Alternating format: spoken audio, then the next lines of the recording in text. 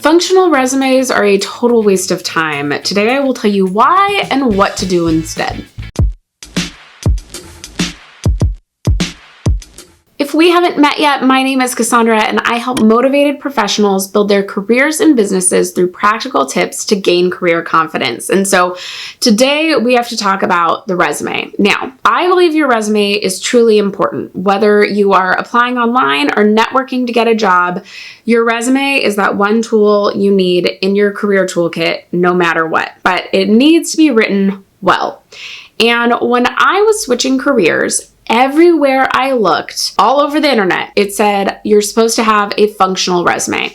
If you have gaps in your career history, if you are switching careers, or if you're just starting out and don't have a lot of real-world work experience, all this information will say, oh, make a functional resume.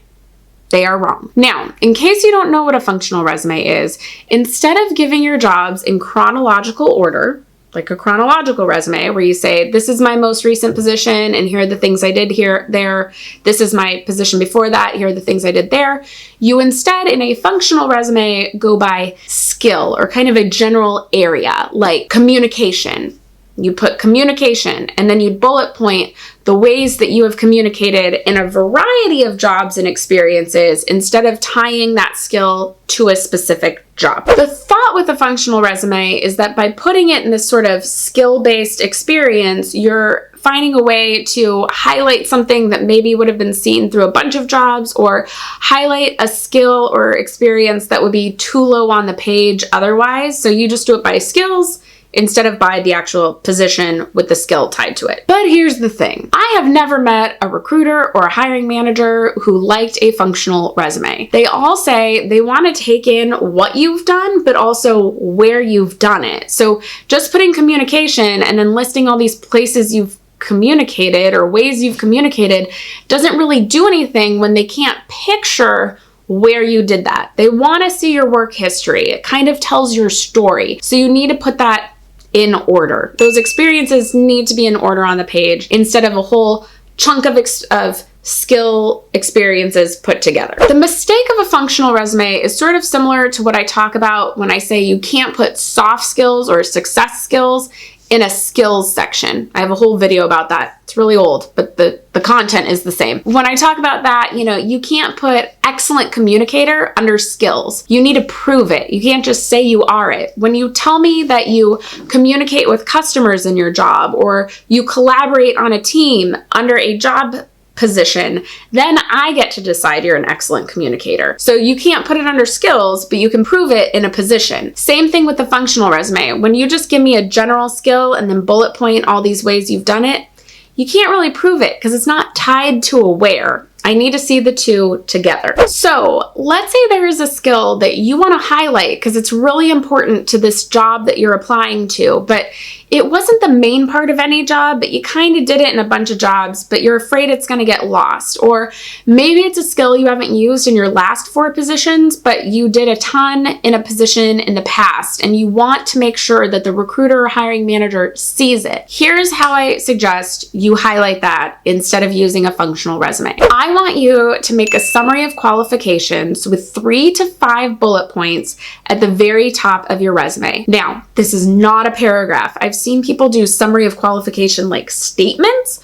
No, we still do bullet point formula. So 3 to 5 bullet points highlighting the main things that qualify you for this job. And I'm about to give you some examples from my own history switching positions. So here we go. Let's say it's a skill that you've done kind of throughout different jobs, but the way it's written in your bullet points, there's no way to make it match the wording in the job description. So for example, public speaking. Now, I can't just write, spoke publicly to blah, blah, blah in certain experiences I've had, but at Wheel of Fortune, I did communicate with all contestants all the rules of gameplay each day before taping. At auditions, I stood in front of a room of 100 people and shared the instructions of how the audition will go for the day, right? I couldn't find a way to put public speaking in those bullet points, and they'd also be down low on the page, and I was afraid they'd get missed. But For the new job I was applying to, they wanted someone who was comfortable speaking to groups. So one of my summary of qualification bullet points was comfortable speaking to groups of 15 to 500. That kind of sounds like a loaded statement. And if that were just on its own, like under skills or under a functional resume, under communication, you would go, prove it. But it's sort of a highlight to let them know, okay, she says she can do this. And now they'll look below and see where I've got these other bullet points talking about speaking to groups publicly, right? Does that make sense? I hope that makes sense. Or let's say it's an overall skill you want to highlight that you have. So for example, in my current position, I work with communication students, and on the job description for this position, it said they would love somebody who had previous experience in the film or television industry, but you also had to have a master's in higher education, and they would love someone who had previous career experience. Y'all, that's a weird set of skills that most people don't have, but I actually did. I was such a custom fit for this position.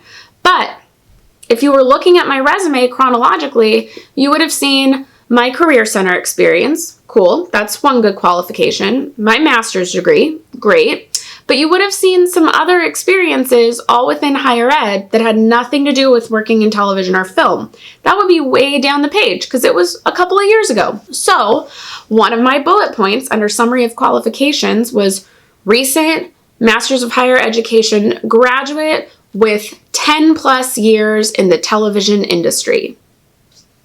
Great. Now they know to keep reading. So use a summary of qualifications to kind of hit them over the head with the top skills that you have related to the position, and you can prove those skills or experiences in the chronological section of your resume below. So I hope this video was helpful and you now know to never make a functional resume, but now have a new skill to get that section up at the top. If you need more resume help, I have a full resume course. I've made it pretty darn affordable for you. You can get the link to it in the description box below.